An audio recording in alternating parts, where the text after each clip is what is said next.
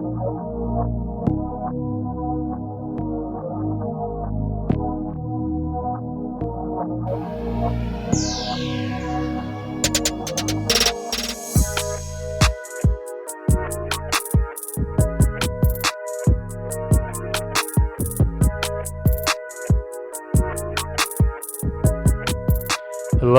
and welcome to the Dad Lab podcast. I'm one of your hosts, Matt. And I'm Andrew. And on today's episode, we've got items from the news desk about Floyd Mayweather returning to fighting. To smoke or not to smoke in San Francisco is the question. And one husband goes to great lengths to get a PS5. In our Mount Rushmore segment, we're going to go over our celebrity crushes. And then we're going with a new format in our Pick Your Poison segment. We're going to do a live draw of our questions, so we don't have any time to prepare. It's going to be an on-the-spot reaction. So we've got to pick your poison. We're going to go over our favorite Christmas gifts since we're only a couple weeks away from Christmas. We've got some listener feedback. And then in our movie watch and review, we reviewed the, 96 classic? 96. Jingle All The Way with Arnold Schwarzenegger and a young Anakin Skywalker. Mm-hmm. And then we're going to end it off with some sports talk with the Cowboys playing tomorrow, and then finish up with what are we watching and what are we listening to. But before we get started, I'm going to ask everybody to please rate and review us on iTunes and Apple Podcasts. All the ratings and the reviews, they really help us, so we appreciate it. Follow us on social media at thedadlabpod on Instagram and Twitter. And if you have any questions or comments, you can email us at thedadlabpod@gmail.com. So we're back, man. It's been a minute.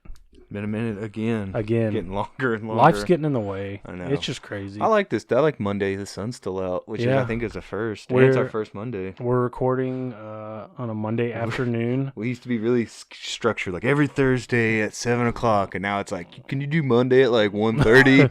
Like I think I could squeeze in 1:30. But yeah, it's just, I don't know. It's weird being recording with the sun out, but we're doing what we got to do to make a recording. So life's getting in the way. I think it's just the end of the year. Like we got it gets stuff hectic going for on. everybody. But no, it's good to be back and be recording. So what have you been up to in the last 10 days? Not too much.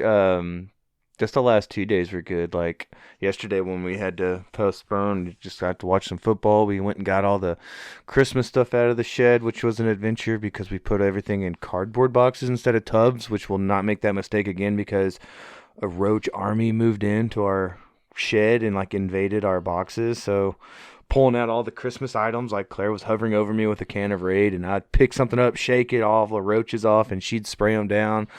So that was fun. We did that for about 20 minutes, and then we just threw the rest away. Because, we got out the good stuff, and the stuff at the bottom, we just threw it. There's like dead roaches all in there. And Dude, it makes my skin crawl. Yeah, it was bad. So going totes next year. But we got the Christmas stuff up. We got more lights out. We got the tree up.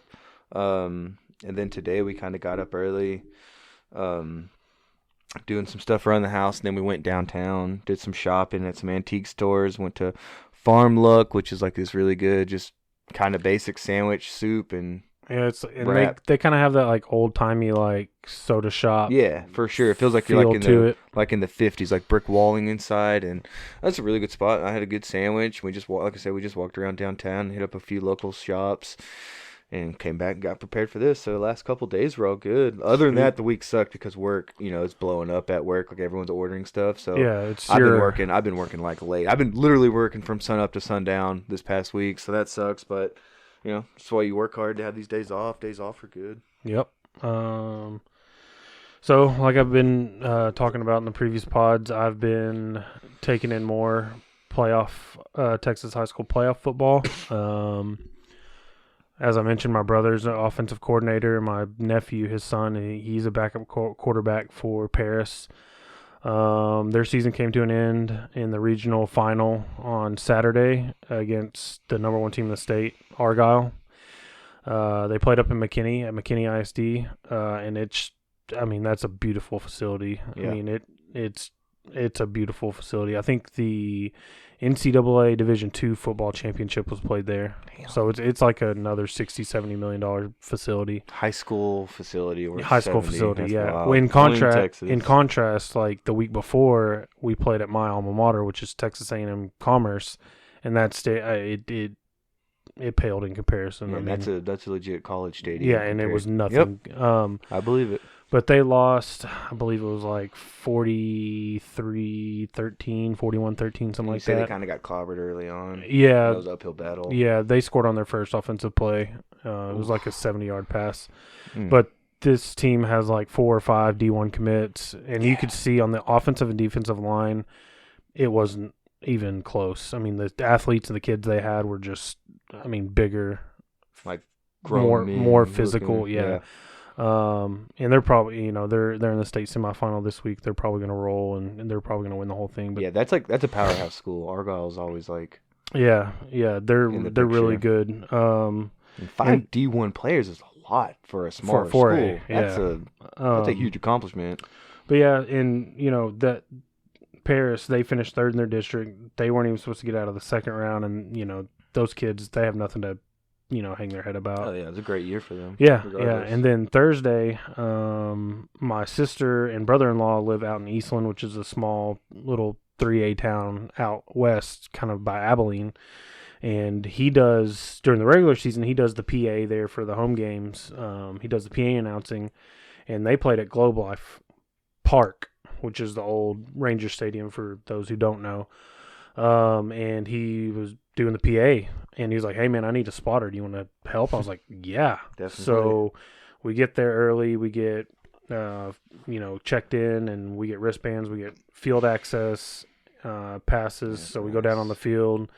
I got to go in the dugout and walk up the steps like I'm walking out, like at Ranger Stadium, or playing a baseball game, and it was really, really cool. Had a lot of great memories there, and it's just really odd to see that place turn into a football stadium now. Yeah. But we get to go up in the booth, and our booth that we were in was the booth right next to it was Chuck Morgan's booth, who was the voice there at the ballpark. So it was really cool. We got to call a game. The sight lines aren't great because we were basically on the third base side of home plate, and when you're trying to spot, usually you're in the middle of the field, so you can spot the yard line, the yardage real easy. Oh yeah, that's awkward. But it was really awkward and hard, trying to give him correct yardage because of our angle. And then I couldn't see in the end zone that we were on. I couldn't see down in the corner, so there was a play down in that far corner end zone, and I couldn't give a number. We had to rely on the video replay board. It's just a funky angle from where the PA guy has to call, but it was a lot of fun. But those boys, they lost 63-21 or something like that. That team, another team, they were ranked number 2 in the state. They're probably going to go and win it all. They hung up 47 in the first half. Jesus. And it wasn't even close. So my personal high school playoff ties are done. But we've talked about going to the small school state championships there at AT&T here in a couple of weeks. And then because of 2020 and COVID and everything, the big schools, 5 and 6A, they're just now starting playoffs this week. Will be their beginning of their playoffs. So I know our high school where we went, Red Oak, they've got a game in Red Oak. We talked about going to that. So that'll be fun. And then we'll get a chance to go to AT&T here in about a month or so and go to those big school championships. Absolutely like to go to that one. But yeah, other than that, just, work, and we decorated for Christmas as well. Got the tree out.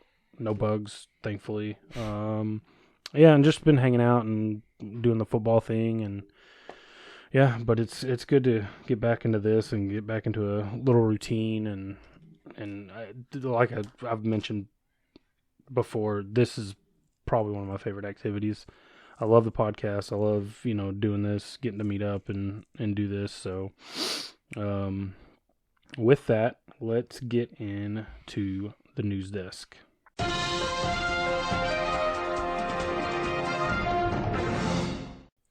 talking dog. And on our first story here, the headline reads: Floyd Mayweather will box YouTuber Logan Paul in February. And as I'm sure you probably saw, his brother Jake Paul fought Nate Robinson last weekend and starched him. He starched him pretty bad. And these Paul brothers, they'll do anything for publicity. Oh yeah, they're definitely publicity whores. And Logan Paul, he fought another YouTuber, KSI, last year, and it was ridiculous. And fighting these YouTubers and fighting a retired athlete who's about 4 or 5 inches shorter than you, that's one thing. But you're fighting Floyd Mayweather, who's undefeated, a professional. Like, this is another... Yeah, I'm sure you're going to get a good payday, but you may get starched yourself. I don't know. I think it's a win-win for him because sure, no one expects him to beat the guy. So if he gets a couple good hits in, it'd be like, you got a clean shot on Floyd Mayweather. If he loses, everyone's going to say, well, yeah, he lost. Floyd Mayweather's undefeated. You should have lost. So it really is like a win-win for him because he's either going to get a chance to... I don't think he's going to knock him out because that's how Mayweather made his name, was being so smooth and defensive and not being able to touch him. But it just takes one clean shot to the jaw to really rock him. And these boys, I mean, they're serious. They're serious. They took it serious when they trained. I could tell. And they're big. They are. I mean, they're pieces of shit, but they're pretty strong, and you could tell they took it serious. They trained for this, and they got some moves. So yeah, I hope he gets knocked out personally. So the article reads, so do I. The article reads, the announcement comes 1 week after Paul's brother Jake Paul knocked out former NBA player Nate Robinson, and he turned him into a meme. Did you see all the I saw the one you posted about him for mattress giant or something. He's knocked out sleeping. Logan Paul has fought before. He twice fought vlogger and rapper KSI, with the first bout ending in a draw and the second with KSI's victory over Paul. So I thought he beat KSI. Yeah, and see, you're going from fighting a vlogger to an undefeated champion, so it's a big step up for him. But hey, he's gonna make a lot of money.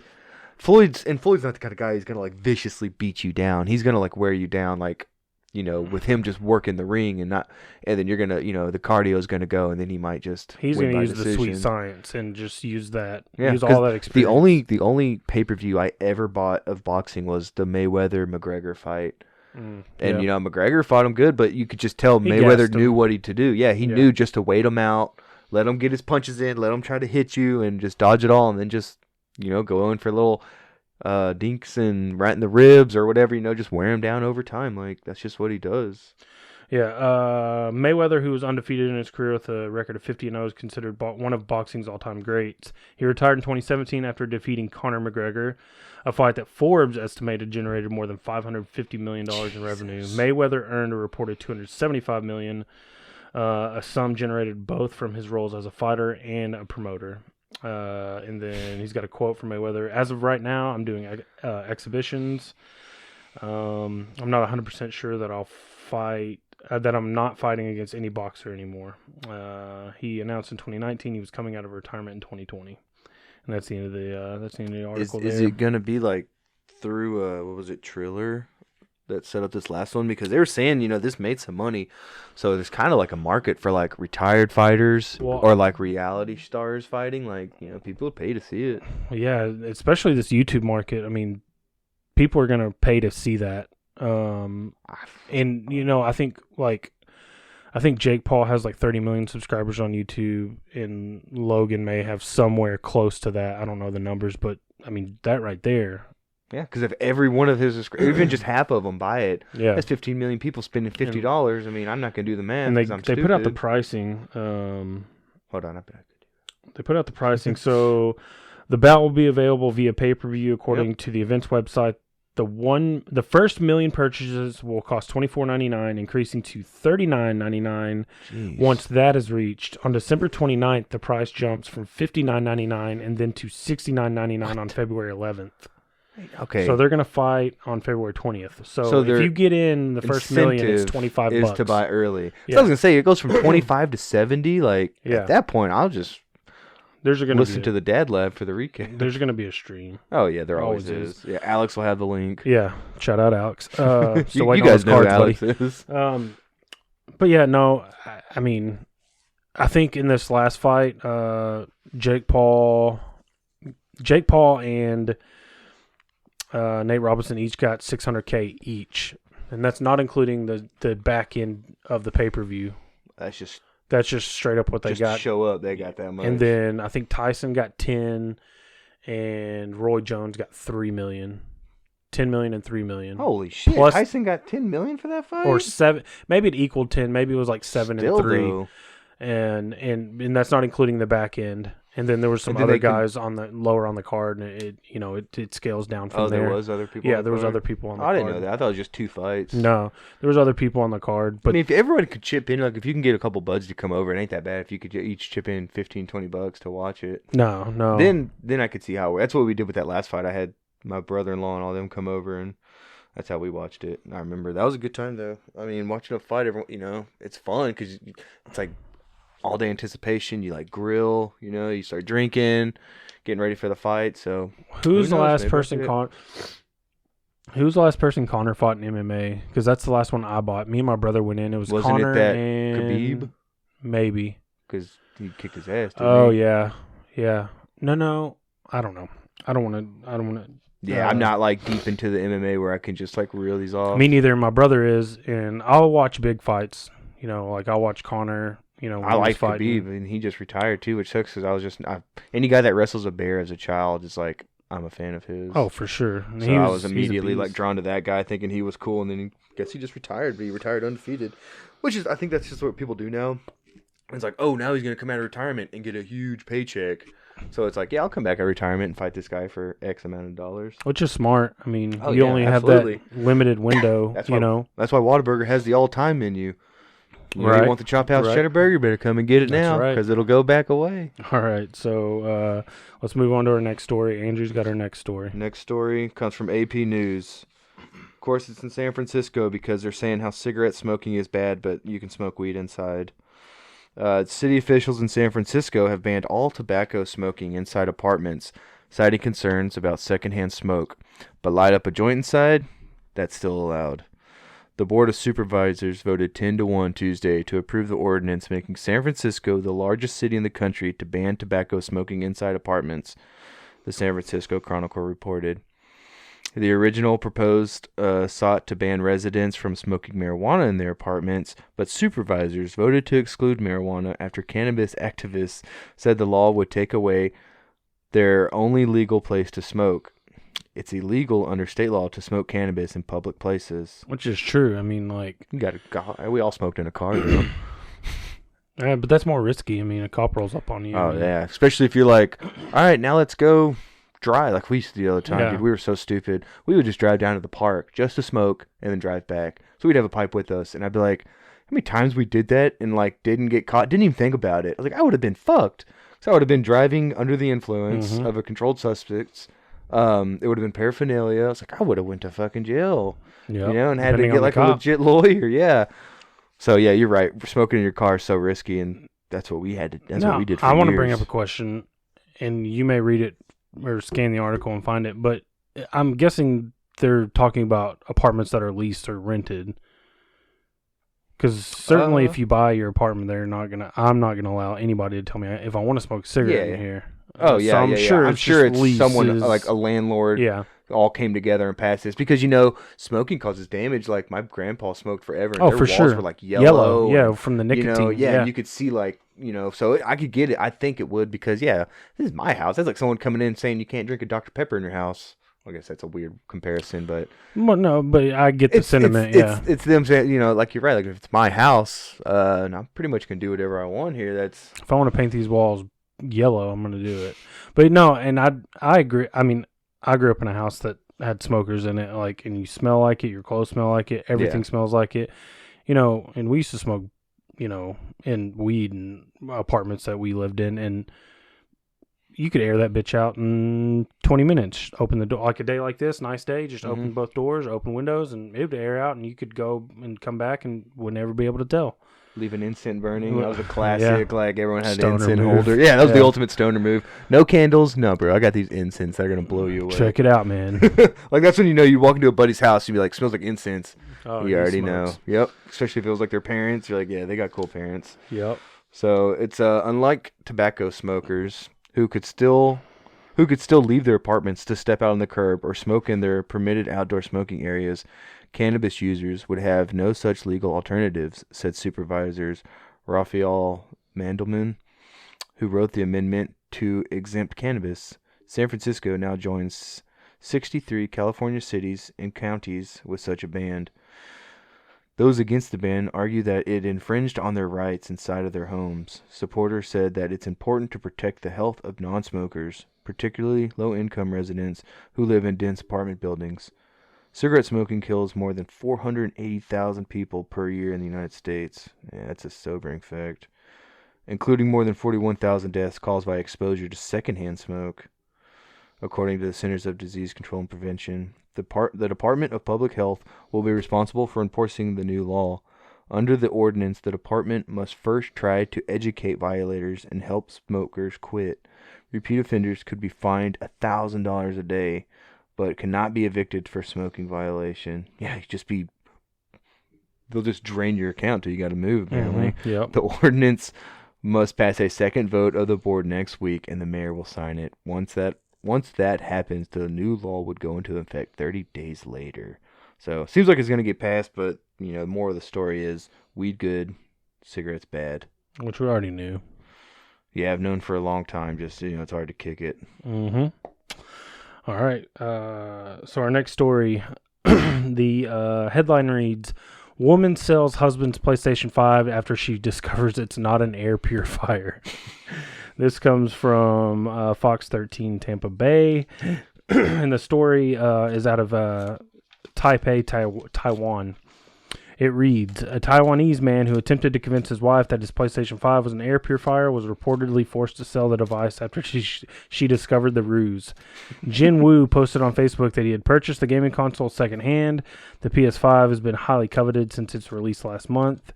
Wu said the reseller he spoke with turned out to be the wife of the original owner, according to his translated social media post. Wu wrote that the price was extremely affordable, especially considering the console had been sold out in most stores, and the woman was eager to sell it to him. Sounds like it fell off a truck.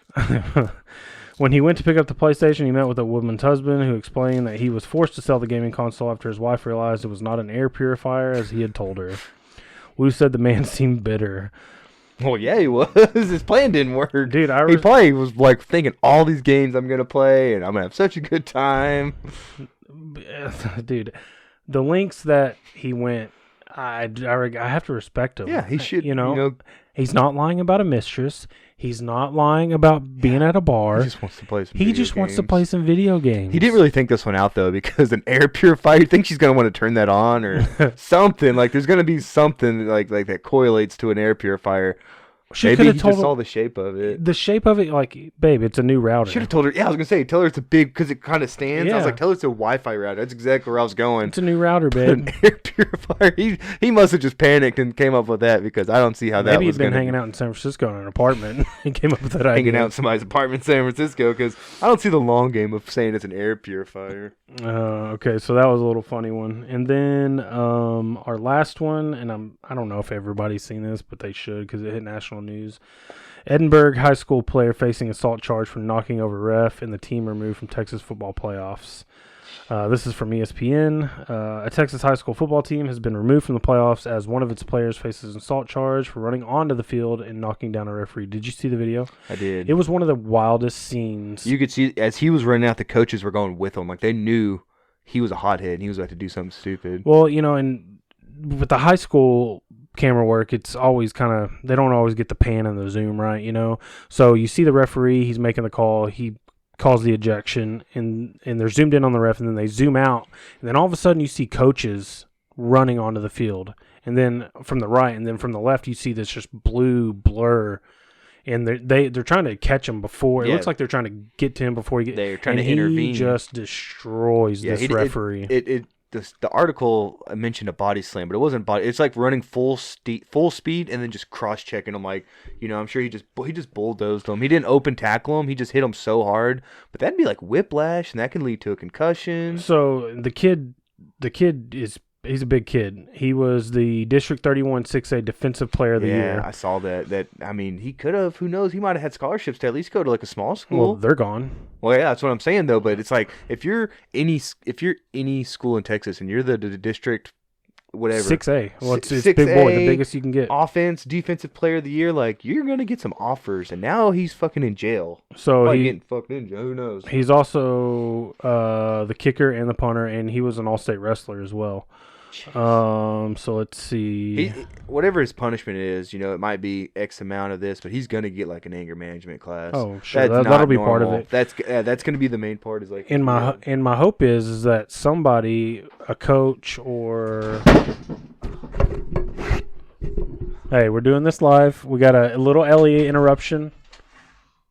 Not a big deal. No, it was a salt lamp of all things that she knocked over. Aw, I don't want her to cry. They're supposed to be gone. Get out of here. They had shit they're going to do today, and I guess they changed it. All right. We're doing it. She's adorable. She just wanted to stick her head in. She's grinning from ear to ear, and she's just upset because Claire took her away. But she's in trouble. She's probably getting a cookie right now to soothe her. Where I lost where I was. On Thursday, Edinburgh High School senior defensive lineman Emmanuel Duran slammed into referee Fred Garcia. Or I'm sure that's Garcia. Maybe it's Gracia. They spell it Gracia. Maybe it's Garcia. I don't know. Announced Duran had been ejected from the game. According to the monitor of McAllen, Duran was ejected after he received back-to-back unsportsmanlike conduct penalties when he shoved an opposing offensive lineman to the ground and attempted to tackle the quarterback after the whistle had blown the play dead and exchanged words with the 58-year-old Gracia. On Friday, Duran, who was escorted from the stadium by police officers, was charged with a Class A assault. Yep, that's a felony. He posted his $10,000 bond and released from jail Friday. I know who's not mad about this. The fourth place team who got in the playoffs. Yeah, I was in old Bill Romanowski. Yeah. Somewhere looking down, he's going, give me that guy on my team. So what I don't agree with here is taking the whole team out of the playoffs. Yeah.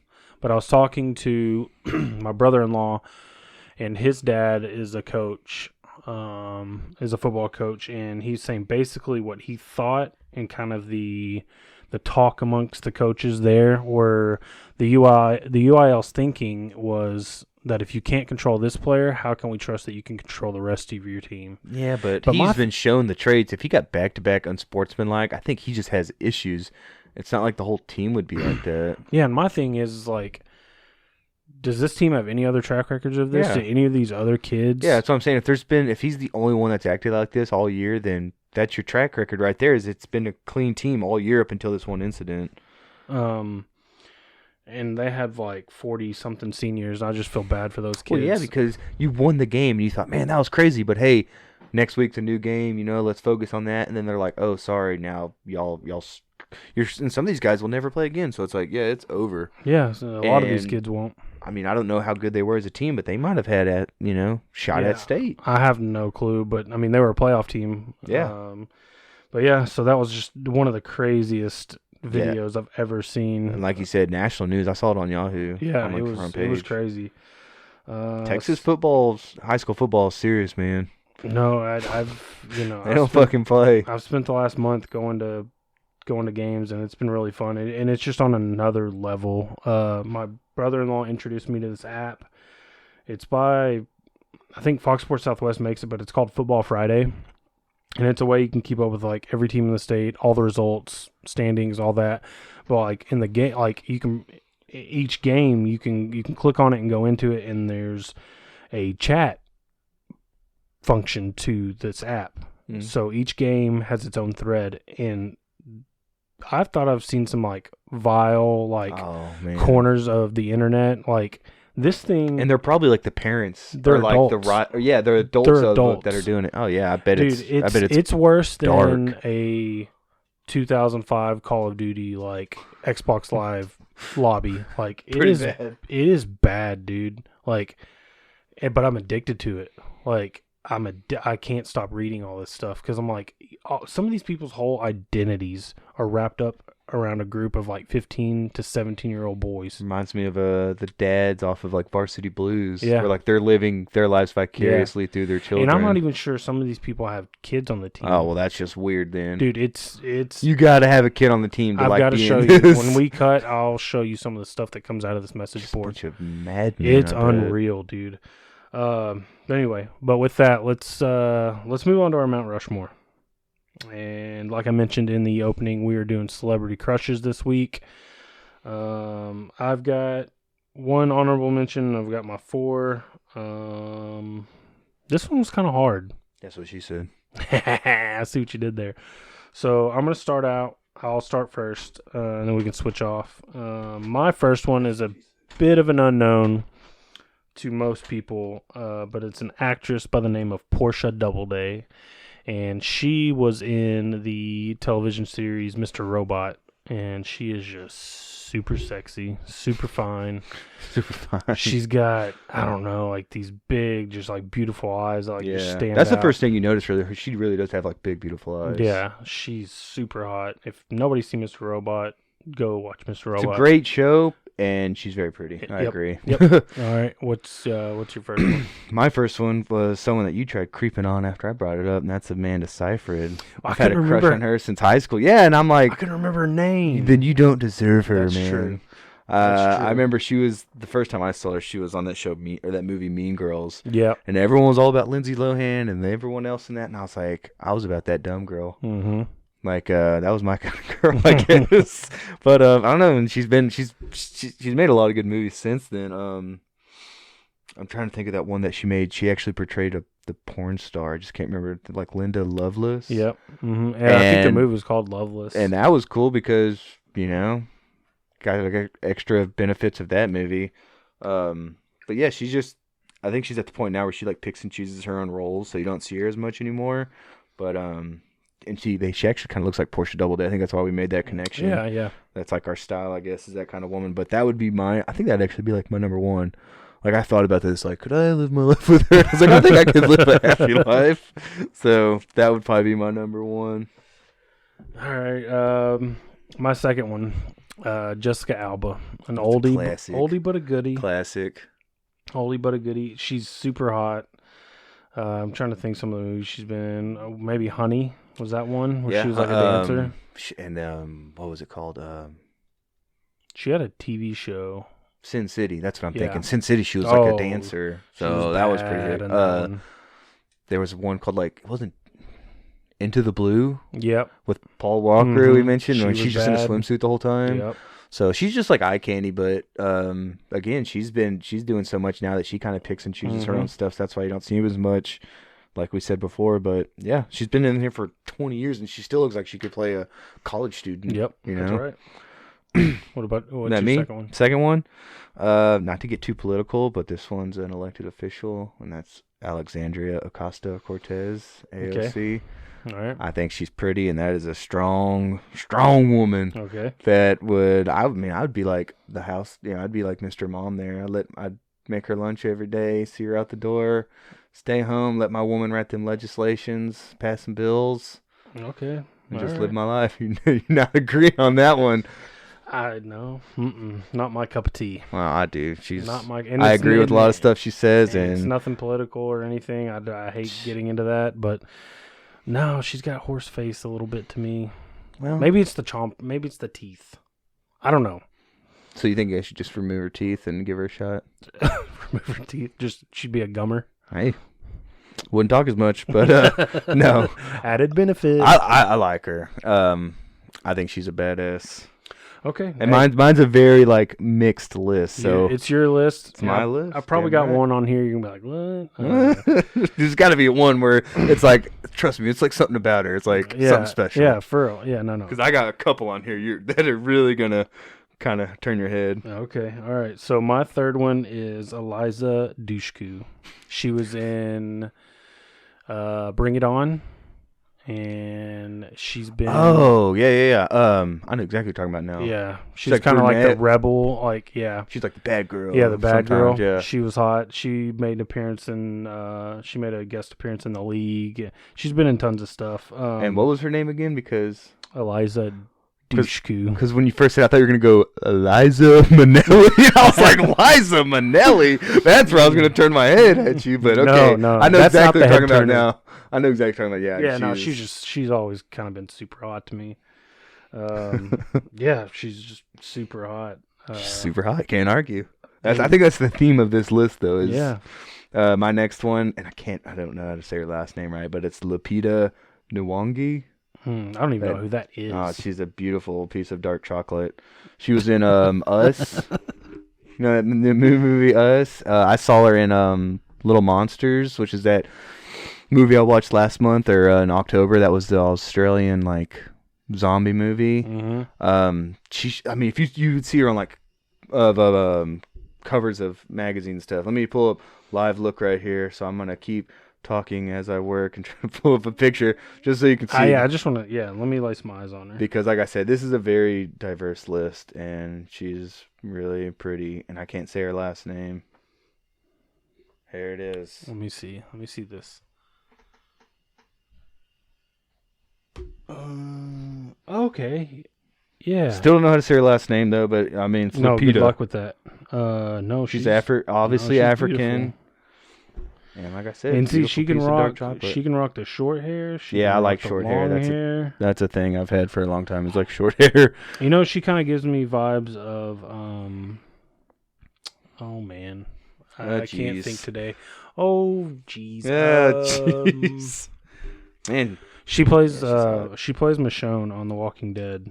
I don't know. She was in Black Panther. Yeah. She kind of gives off those vibes. They look they lolook similar. What, like you mean like black? Oh God. That's the similarity. I'm just fucking with you. No, that's because they all look alike, right? They're very pretty though. Yeah. No, she's very pretty. So my fourth one, and this is probably going to be all right. Here it is. My head turner, but I have reasonings. Rachel Ray, dude, something about her. I mean, she's wholesome and keep you well fed. Dude, she can rich. Cook. She's got money. I haven't seen her from the back, but I've got to think she's cheeked up a little bit. Oh yeah, it's thick thighs. Yeah, she's got a really pretty smile too. Like when she smiles, it's very wholesome. Give me some biscuits and gravy, and just you dirty dog. Just feed it to me in bed. Biscuits and gravy in bed. I'll take care. Pretty nice. I'll take care of the dogs. That's what I'm saying. On all these situations, like I'm the stay-at-home dad because they're the money makers. So yeah, I'll stay at home with the dogs. I'll make you biscuits and gravy in bed. You just go to work and bring home the money. Yeah, that's how I see all these situations. I don't know, like Rachel. She just seems like you could bring her home to the parents. She's not going to embarrass my mom would love Rachel Ray. Yeah. And she ain't gonna cheat on you. No, that's a good woman that's gonna stick by your side. I get you that. I get that pick. Okay, all right, cool. Mine's way more bougie than that. My last one, and again, another like diverse group because she's from South Africa. That's Charlize Theron, and I mean she's just looking better now. I think now than she did 20 years ago. Like she's just a natural beauty. She's in all those commercials for like perfume and. She is fantastic. She is. And like Mad Max again, that short hair. Dude, and then she could play was she in Monster? Yeah, she was the lead role in that. Yeah. So she could and she still looks she doesn't look good, but it's like you could tell under all that she's hot. She could uggo it up. You know, she's a great actress. She's super hot. She's very hot. And like I said, like 20 and she's like close to her 50s now. I don't care. She's still a babe. Yeah. So my honorable mention, and this one may be a head turner to Kelly Clarkson. Okay. Ever going since off that Rachel Ray, dude, ever since American Idol season 1, I thought she was hot back then, and then she's like, she kind of yo-yos with her weight, and I like them. I like them a little thicker, so I don't mind a Rachel Ray. I don't mind Kelly Clarkson. Hey, babe. Hey. Gain some weight. Hey, babe. Hey. Smooth talking. Hey, it's fine. It's fine. Like, have you ever gotten like super skinny girl? It's like trying to hug like a probably bones like a, just like a pillowcase piercing full you. of deer antlers or something. It's just I don't know. No, Kelly Clarkson. She's always been really pretty to me. And then you've got the classics. I mean, I always thought Britney Spears was hot back in the day. Oh yeah, I had a Britney Spears poster over my bed actually, which is creepy, but. Hey man, puberty was a wild time. It was confusing. The late 90s, early 2000s were like a jungle. And then you talk about some oldies that still have their fastball. It's crazy to me that Jennifer Aniston's like 51. Oh yeah, I was thinking real old because I got someone on my list that's way older than that. Selma Hayek is like in her mid 50s and she's way got her fastball. We could make a list of like 50 and up. Yeah, because I had Marissa Tomei would be on my list. Yeah. Sandra Bullock. Shania Twain we talked about. Here's another one I had on my honorable mention. I'll go ahead and mention it was Lisa Loeb. Remember the singer? She had the glasses. Mm-hmm. I think that's where I've been wearing glasses my whole life, not by choice. So I was like, I think she made like glasses to me like hot as a kid. And I remember watching that video of her just walking around the apartment. She turned the radio on, she turned the radio off, and she had me right then. Been a fan of hers since then. So that was one of my honorable mentions. And are you done with your honorable? You just bust through mine real quick? Yeah, I don't have any more. I had too many. The other one I had was Kelly McDonald. She was from Boardwalk Empire. She was Nookie's wife. And she's just like, naturally pretty. And to me, the sexiest accent in the world, obviously I'm just talking women here. I'm not like, so for me, the sexiest woman accent is an Irish accent. And she's like, she's from Ireland. So I just loved her accent. And she's just so pretty. And she had like the best little smile and dimple. So I always had a huge crush on Kelly McDonald. Speaking of that, really wholesome. A chick I found attractive with an accent was Adele. Yeah. But she was a little thicker. Yeah, she's lost a Dude, lot of weight she too. doesn't look, to me, she doesn't look good.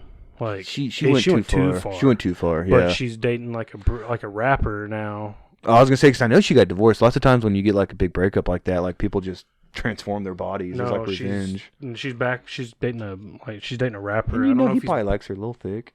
No, she went too far the other way. I know. It's not right.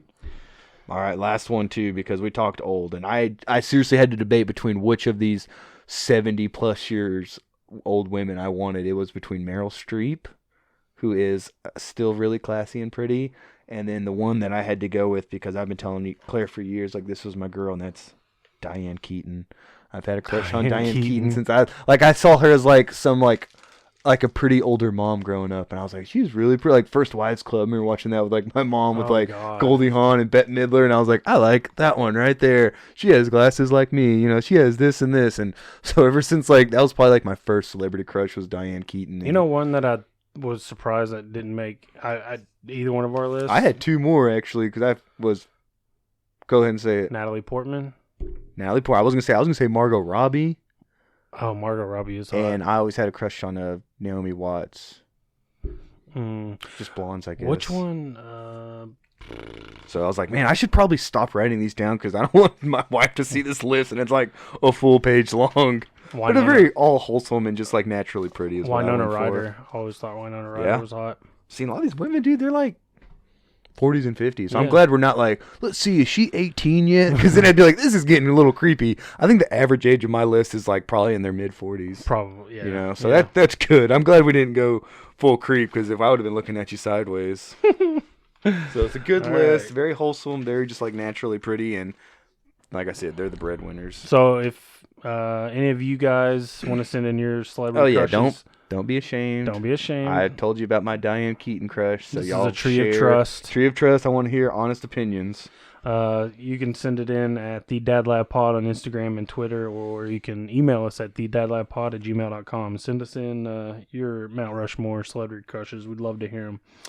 And with that, we are moving on to our Pick Your Poison segment, and we're doing it differently. We are going to draw live. We have a big fishbowl here with, I don't know, there's probably 50. There's 100. I cut up 3 sheets. Yeah, and we've got more to cut up, but we're going to pick it live. We're going to Bill O'Reilly. Fuck it. We're doing it live. And so that way we get instant reaction. So you want to do the honors this week? I'll go first. All right, here it is. Here we go. Would you rather lose all of your memories from birth to now, or lose your ability to make new long-term memories? Oh, I think I already know. I'd rather lose from birth till now.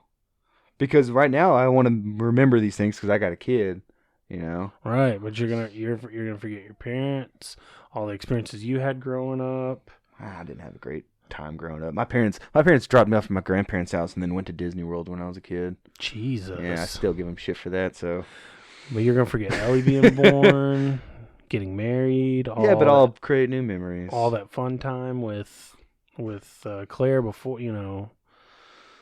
I know, but I really think, I don't know, because I guess I could still have pictures, and I just wouldn't remember those pictures, but I'd be like, who's that? You know, where were we? It'd be like having amnesia. Yeah, but it'd be like I'm cured of it now, so going forward, it's like, going forward, we're all good. I can create these new things, and I would lose 3 years of Elizabeth's memory, but I would hopefully have the rest of my life to create all this new stuff. Yeah, and same with Claire. Yeah, I think I'd go that route too. Because we got kids. You got to think, like, I want to be able to remember these things that I do with them. Like, there's certain times where you're at places where I just, you know, you really realize, like, this is, like, a special moment. Like, I should probably just, like, take, like, some mental pictures and look around and, like, really, like, soak this in. Yeah. You know, if you're like on a vacation somewhere and y'all go somewhere nice, it's like, I'm never going to be here again. Let me just really soak this in. Whereas I don't think I appreciated that much growing up. I just always figured we're just always going to be doing all this shit and doing something new and different. And then you're like, I mean, there's people where you're like, I haven't seen that guy in 20 years and never knew, you know, one day it came and you just wouldn't hang out with somebody again ever again. So all that would be gone, all your old friendships. But I don't know. I think I like only having like 5 people in my life that I interact with on a face-to-face basis. True. Yeah. No, I'm probably leaning that way too, because there's gonna be so many good things. Yeah. That are coming up, you know, as far as fatherhood goes and being a husband, like, so. Yeah, and I didn't have the greatest time growing up either. So yeah, let's just scrap all that. I guess it would be like you're learning all this stuff new. So when your kid wants to play catch, you'd be like, "What is catch? Like, can you show me?" So it's like you're gonna have to learn these things because it's not like you'll remember playing with your dad. Yeah, yeah. And you won't remember, like, when your state championship, you'll be looking at this ring, like, this is a pretty fucking cool ring. Like, what happened here? Well, man, that's a downer. Let's move on. Oh, sorry. I thought that was a bright spot. No, that is, but, like, that decision is just, like, I wouldn't want to make that decision. I want to keep all my memories. That's why you're picking your poison. I know. That's why it's got to be tough. But I would rather create new ones because, you know, now I have my own family, and I want to be able to remember these things with them. Right. All right. So since we are in the Christmas season, let's talk about some of our all-time favorite Christmas gifts. After we just established we didn't have the best childhood. I mean, don't get me wrong, we both had good childhoods, but it's not like I ever came downstairs and there was like a fucking horse. That didn't sound right. A big gift waiting for me. So I remember just the biggest gifts I ever got. I remember, of course, one year I got a bike under the tree, so that was awesome because you could immediately, like, Dad would assemble it like the night before, so it's ready to roll right then. And my birthday is like in November, so I can't remember if it was Christmas or birthday or Christmas for some of these. But one year I did get the Nintendo 64. I'm guessing it was like 97 or 98. Could have been 96 when it came out, but I doubt it. It's probably 90 the year after, but. Getting that was huge because, you know, all your buddies had it, and the only downside and this was like, you know, me just complaining just to complain as a child. But so I got my Nintendo 64, and my dad took me up to the Walmart here in town to like pick out a game, and of course the only game you ever wanted back then was GoldenEye. You know, that's what everybody played. You had to play GoldenEye. Well, they were sold out, and it wasn't like I could just order it online or I could just go to a Best Buy. Like, that was it, you know. That was almost 25 years ago. That was the only store in town that would sell that. So I couldn't get GoldenEye, and I had to settle for Mission Impossible, which doesn't sound that bad because I didn't know. I just thought it, you know, I thought it was cool. I didn't know what it was because I was like 10 at the time. Turns out Mission Impossible is a very stealthy, very like, compared to GoldenEye, lame game because, you know, I just don't like those games. I want to go in like guns blazing. Yeah. Like, I'm a total cowboy when it comes to these shooters. I just roll right in there and start blasting. I am not stealthy at all. I am not sneaky at all. So like I said, just like to complain about getting an awesome gift. I didn't get the one game I wanted, but hey, I got a Nintendo 64 for Christmas, and I probably played that every day for the next 5 years. And the move would have been okay, let's hold off. Let's wait till we find. Yeah. But when you're 10, but when your dad's telling you can have whatever game you want, you're like, this opportunity, this is once in a lifetime opportunity. I got to get the game. Yeah. And all I wanted was GoldenEye, so I remember just having to settle on being so bummed out, and it took me forever to get that GoldenEye game finally, but Nintendo 64 was just like a game-changing console. Like, I had so many hours on the Nintendo 64. There's so many good games. I remember the game I got was Road Rage 64. Ooh, so I played that, and like Mission Impossible were my top 2, and then you just built your collection from there, but have your buddies come over, and you could plug up into four controllers, and y'all just, put a CD in your 5-disc CD changer. Right. That was another Christmas gift. I forgot about that. Every once in a while, you would get like one of those where it'd be like the big console and then like the big speakers that you could mount. Yeah, like I would. I remember like I had them hung up in the corners of my room. Hell yeah! And you ran the speaker wire, and I had like Christmas lights in my room. Like that was around the same time. That was like smashing by 5th grade with that. Yeah, I was probably 6th, 7th grade. Yeah, put some right Usher there. on, walk into Matt's room, light an incense I up. was listening to like Creed and Stained. Me too. Those were such awkward years. But yeah, I just remember some like one for me when I was pretty young. There was this RC car, and it was a 6-wheel. It had 3 on one side, 3 on the other. It was called Scorcher, and I pulled it up for you so you could see it. Oh, but it had 3 on one side, 3 on the other, and like you could like make this thing do like 360s, like just spin and spin and spin. It was super fast. Remember, I got that one year. It was so cool. It was put out in '93, so I was super young. RC cars are still fun as hell. I bought one for Ellie this year, and I'm gonna wear that thing out. Dude, somebody sent me a link for one. It's a string pull like a lawnmower, and it's like a little 2-stroke. Yeah, gas. Oh my God. And this thing flies, dude. They go fuck. My brother-in-law has one that he spent way too much on, and they go fast. Yeah. You have to find like an open like Lions Park here in town. Yeah. You need like a flat area of like a mile radius to just ride around. Yeah, it was sweet. But I've then never I heard always one with got gas. game consoles. Like I remember one year, I got a 64. I got the original PlayStation. But probably my favorite all-time game console gift I got was the Sega Dreamcast. I never had the Sega. My mom went years later. She told me that she went across the Metroplex trying to get one because it was like the hot item that year.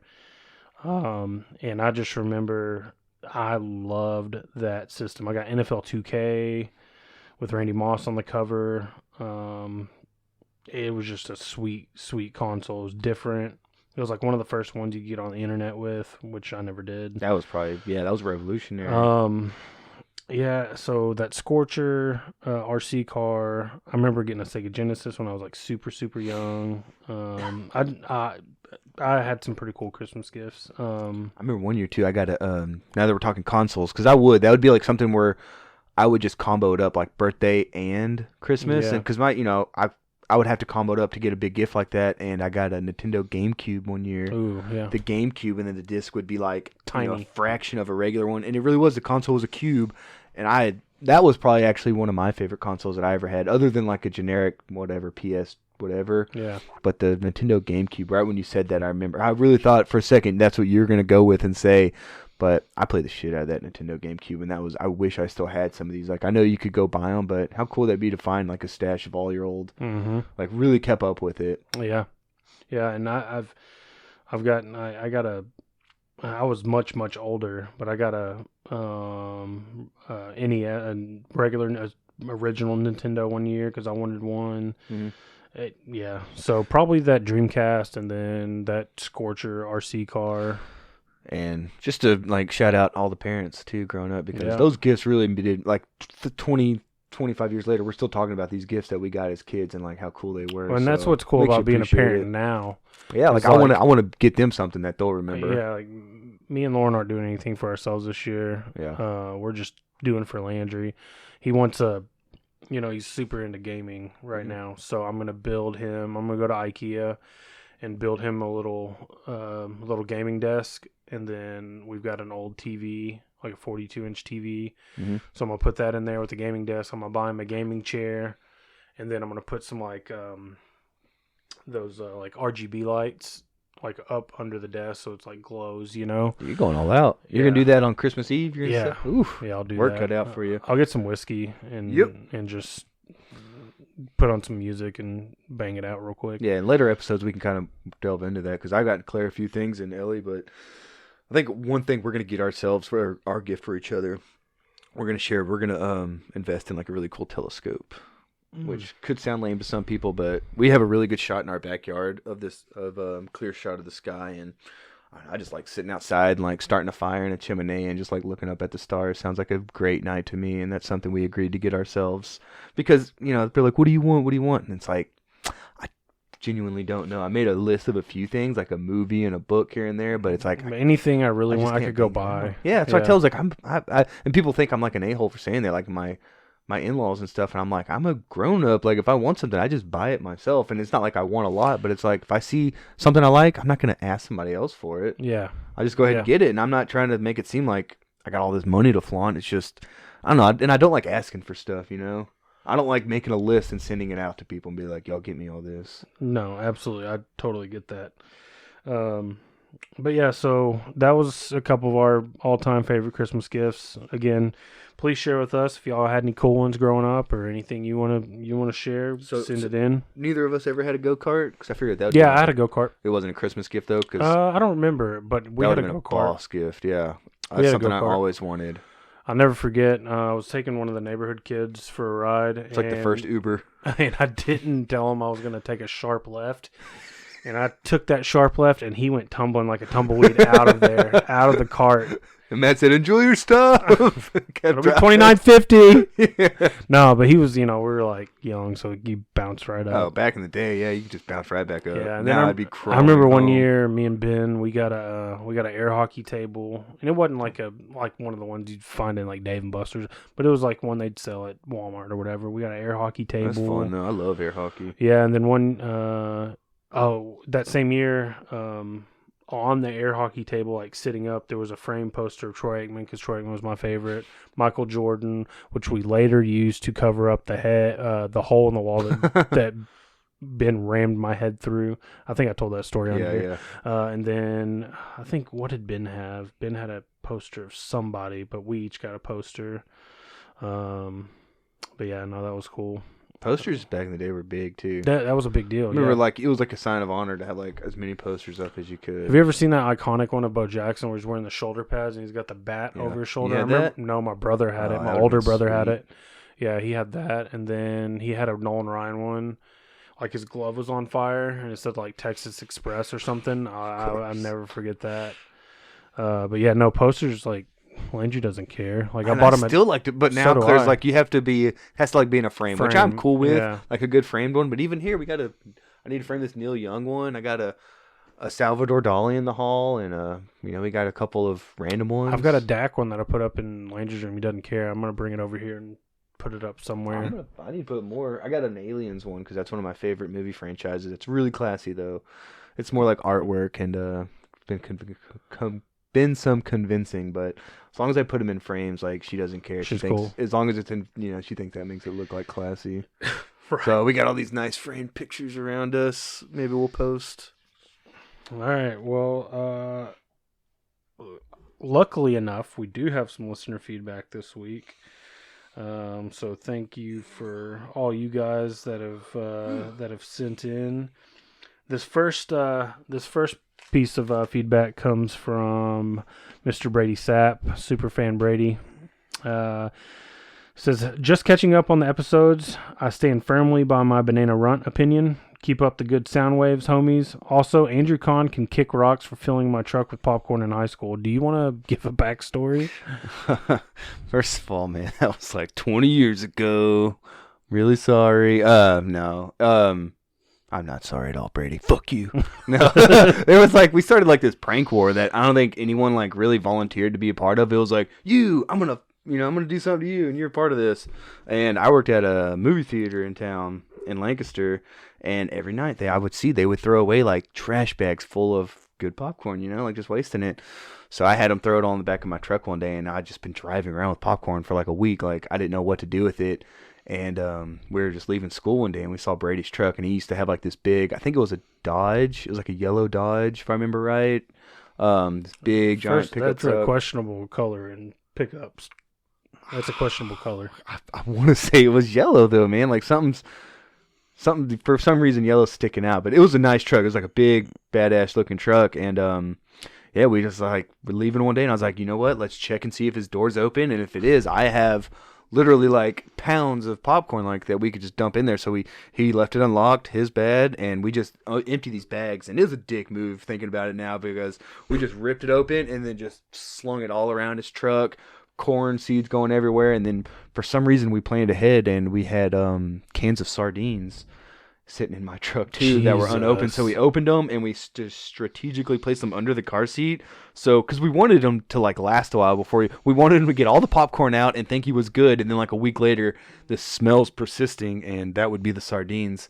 So I don't know, maybe he never found the sardines, that's why he didn't mention it. But so we just ragged his car out with popcorn, and then just hid sardine cans in his car. And yeah, it's never been the same. Brady's never forgiven me, apparently, since Dick then. move. It was a dick move, man. But, we did so much other stuff, and lots of stuff was done to me. We just didn't care back then. We just did a bunch of dumb shit. Didn't you take a dump on somebody's truck? Yes, I took a dump. What is your deal, dude? I was just a little asshole. We would do all kinds of stuff, man, back in the day. All right. Moving on. Brady, I love you at least. Doesn't sound like Andrew does. Hey, me and Brady go way back, man. So this next bit is from Frank. Good old Frank. Frank and Beans 04. Yep, that's the only way I know him, because it's the league. I don't think I ever met him. Frank and Beans 04 on Twitter. He says, "Yo, I'm trying to catch up from day one. I'm on episode 10 on the Sandwich Mount Rushmore part. I had to download Twitter just to disagree with your guys' opinion on the Pico Burger from Whataburger.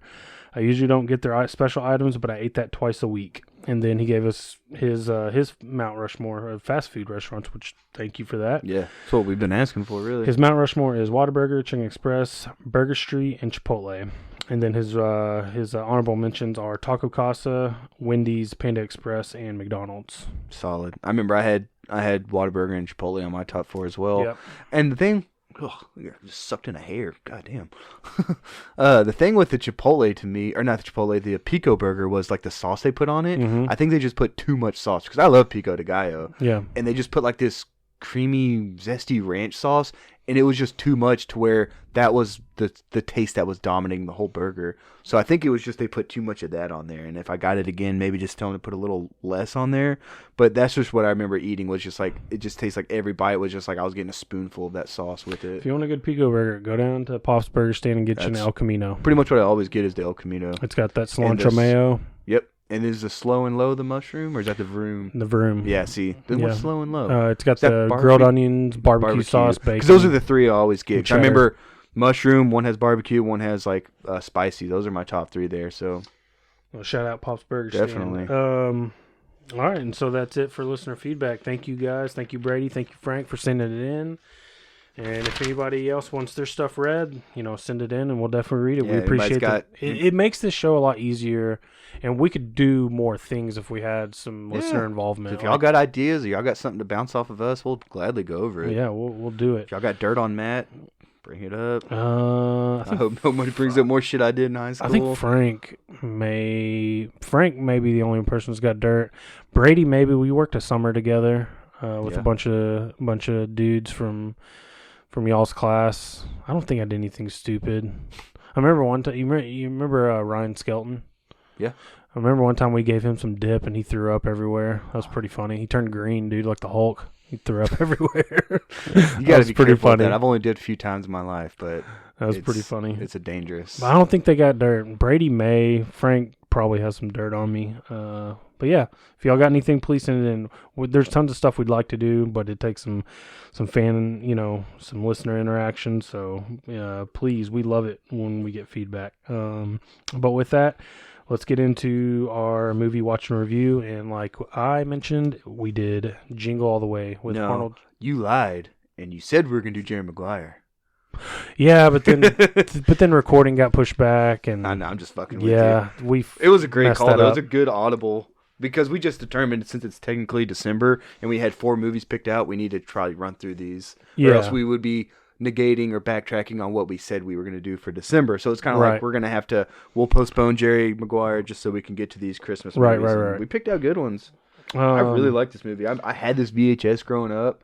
Like I can still picture that cover, what it looked like, and rewatching it, I had to order it off of maybe I rented it off Amazon, so it cost me a little bit of money, but it was a really good movie. $4, it was a good movie to rewatch as an adult because, like, we'll get into it. Like, you realize, like, Phil Hartman's character, I fucking hated that guy, and I probably never realized how he was just trying to fuck that guy's wife the whole time. Yeah, that was his main goal in life was to fuck Arnold's wife. Rest in peace, but you were rest in peace. He was a great guy, and in real life, his wife killed him, which is crazy, like a murder suicide. Yeah. That was the first thing I put on here, actually. Like you can see, is R.I.P. Phil Hartman. Yeah. No, it was good. Luckily, I still have Dish Network. I didn't tell you, but we're cutting the cord. Oh yeah, we're gonna go with YouTube TV. Man, I think with all the subscriptions I have now, it's probably the same so we have Hulu for our live TV, and that's like $60 a month for live TV and all they offer. We have Amazon Prime, we have Netflix, we have Disney Plus, and this weekend, like a true American, I got another subscription service, and I signed up for HBO Max. Ooh. So it all adds up, and I'm like, I'm probably spending way more than I ever did. I got for so sure. much. For sure. The only thing that's going to save Dish is if when Lauren calls, how much are they going to take off? Yeah, they'll do that now, too. They'll work with you to get you to stay, so you might get a great deal. Yeah, I'll be like, give me all the movie channels for free, and then take like $60 off, and we may have a deal. Yeah, you can negotiate with them. Like, I think a lot of people just call, but it's like, my dad did that with XM Radio, and he got them down to like, he pays like $4 a month now because they wanted them. So they want to keep you as a customer because they want to keep that money coming in, so they'll work with you. So yeah, and get the best deal you can. And they're losing their share of the market. I mean, with on the TV side with YouTube and Hulu and Fubo and all this other stuff coming out, and then on the music side, Spotify, like that's dominating everything. So yeah, and even networks now, because was it CBS All Access, and then Peacock is the NBC, so they have their own streaming. So that's taking away shows that, because they're gonna, NBC's gonna exclusively show their stuff on Peacock. They're not gonna license it anymore to these other places. They're gonna keep their rights. No, and like stream it there. They took Parks and Rec off everything because it's NBC. It's Peacock. And I noticed that with Amazon because they had all the HBO stuff, which was great. Because I watched Curb Your Enthusiasm and all these other shows that, because to me HBO makes like the best shows, and then they just weren't there anymore. And of course I realized, well, that's because HBO took their own content back. So. Got HBO and I love it, dude. If I could cancel any of them, I would just keep probably HBO. Yeah, I really like HBO. Yeah, well, to me, growing up, that was like the pinnacle of like class. Like you go to your friend's house and they put on HBO, it's like holy shit. So that's I made it. So that's one of the things like when I got made people rich. Yeah, as if you had HBO, of course. Mine was like if you had an in-ground pool and you watched HBO at night, you're living the good life. Well, I grew up in a double wide, so if you lived in a brick house, you were rich. If you had water that came out of your fridge, you were rich. Yeah, that's another one. Water out of the fridge, exactly. That's a good one. Yeah, I still don't have that. If you had cable, you were rich. Because we had stolen cable, so like, I had everything, even the dirty stuff. But then, something would happen, they'd catch on to it. Like, because back in the day, we'd get those like cards that you inserted in the front of like the receiver. And I guess I don't know how they caught on to it or whatever, but one day Matt watching too many dirty channels at night. You'd turn on the TV and then nothing would happen, and Mom, and she'd have to go finagle another card from somebody. But yeah, so if you lived in a brick home, if you lived in a 2-story brick home, oh, that was definitely If you had water that came out of the fridge, and then if you had like legit cable. Like that was it for me. Like you were rich. Yep, so. You were now my rich friend. Yep.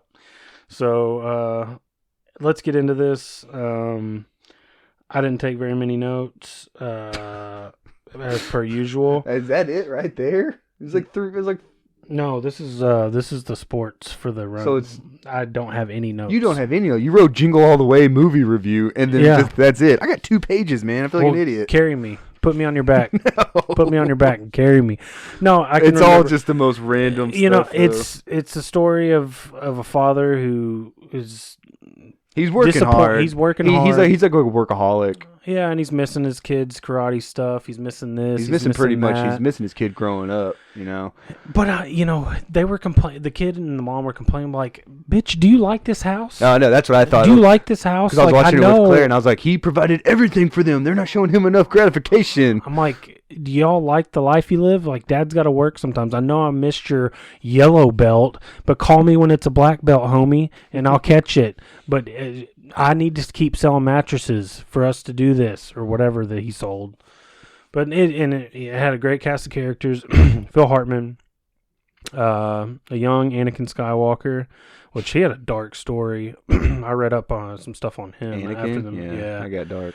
Yeah, he got bullied, and then he developed. Yeah, he got bullied in school for his character for Anakin. Like, imagine getting the biggest, like, adults and kids were bullying him, and so then stupid. he was receiving death threats. And As then, a kid? yes, and then he developed like mental issue, like mental health issues. Then he was arrested Because he's probably like our age. yeah, he took it. It got hard for him there. And then Sinbad was in there. Sinbad, hell yeah. He was a mail carrier, so I could feel that. Yeah. It's like Sinbad working this time of year in Christmas. Like, I could tell why he's all knotted up. But, the whole movie's basically about a workaholic who neglects, he doesn't choose to neglect him. He's like you said, but he's a provider. He does everything he can. But he told his wife, like, this was like because around this time, I remember Tickle Me Elmo was like the biggest toy in the world. So it kind of reminded me of that, or the decade before with the Cabbage Patch Kids. It was just the toy of the year. It's like what every kid wanted. It was Turbo Man, which was pretty fucking lame. It was like a cheesy, like really, I think they made it that way because it was really cheesy when they would show his little TV show.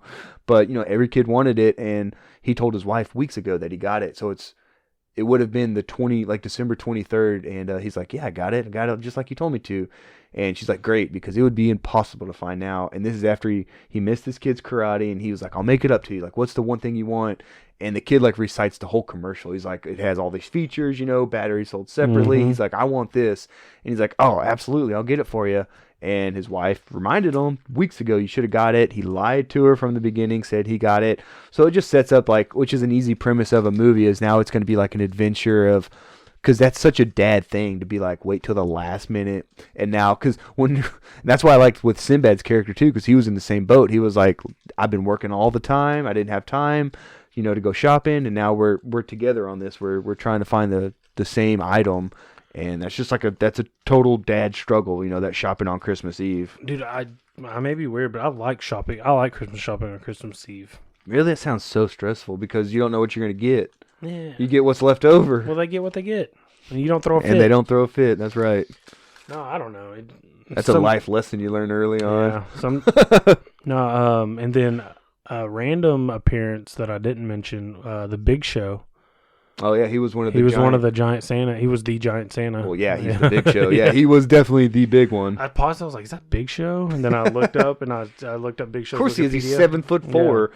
Do you know who else is in this movie? When they went to the toy store, it was that first toy store they went to. I think where they had to wait in line. It was a complete mayhem because they were waiting to open the doors, and everyone rushes in. Did you notice Chris Parnell was one of the store elves, and he was. I don't know. It's hard to describe that scene with him, but he gave it his all, and it was a funny scene. So it's just mayhem at the toy store because that's what everybody's looking for. And of course, there's no more Turbo Man, but you can get his trusty sidekick Booster. And it was ain't nobody wants that Booster. Get out of here! Like they always tried to sell you on the Booster doll, and they're like, nobody wants Booster.